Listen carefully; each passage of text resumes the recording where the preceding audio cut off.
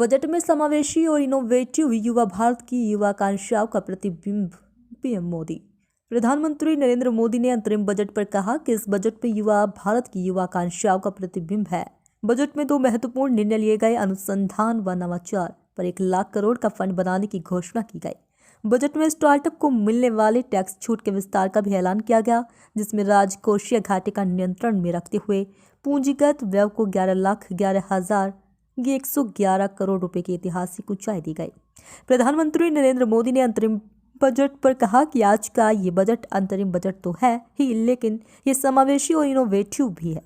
यह बजट विकसित भारत के 4 स्तंभ युवा, गरीब, महिला, किसान सभी को सशक्त करेगा। ये बजट देश के भविष्य के निर्माण का बजट है। पीएम मोदी ने कहा कि गरीबों के लिए हमने गांव और शहरों में 4 करोड़ से अधिक घर बनाए हैं। अब हमने 2 करोड़ और नए घर बनाने का लक्ष्य रखा है। हमने 2 करोड़ महिलाओं को लखपति दीदी बनाने का लक्ष्य बनाया है। अब इस लक्ष्य को बढ़ाकर 3 करोड़ कर दिया गया है। प्रधानमंत्री नरेंद्र मोदी ने अंतरिम बजट पर कहा कि आज इस बजट में किसानों के लिए भी बहुत महत्वपूर्ण और बड़े निर्णय लिए गए। नैनोडैप का उपयोग, पशुओं के लिए नई योजनाएं, पीएम मत्स्य संपदा योजना के विस्तार और आत्मनिर्भर ऑयल सीड अभियान से किसानों की आय बढ़ेगी और खर्च भी कम होगा।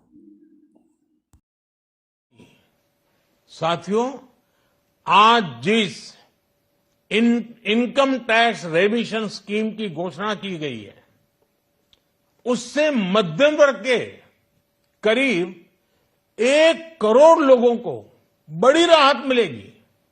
पिछली सरकारों ने सामान्य मानवी के सिर पर दशकों से ये बहुत बड़ी तलवार लटका कर रखी थी। आज इस बजट में किसानों के लिए भी बहुत महत्वपूर्ण और बड़े निर्णय लिए गए हैं। नैनो डीएपी का उपयोग हो, पशुओं के लिए नई योजना हो, पीएम मत्स्य संपदा योजना का विस्तार हो और आत्मनिर्भर ऑयल सीड अभियान हो। इससे किसानों की आय बढ़ेगी और खर्च कम होगा। मैं एक बार फिर सभी देशवासियों को इस ऐतिहासिक बजट के लिए शुभकामनाएं देता हूं। बहुत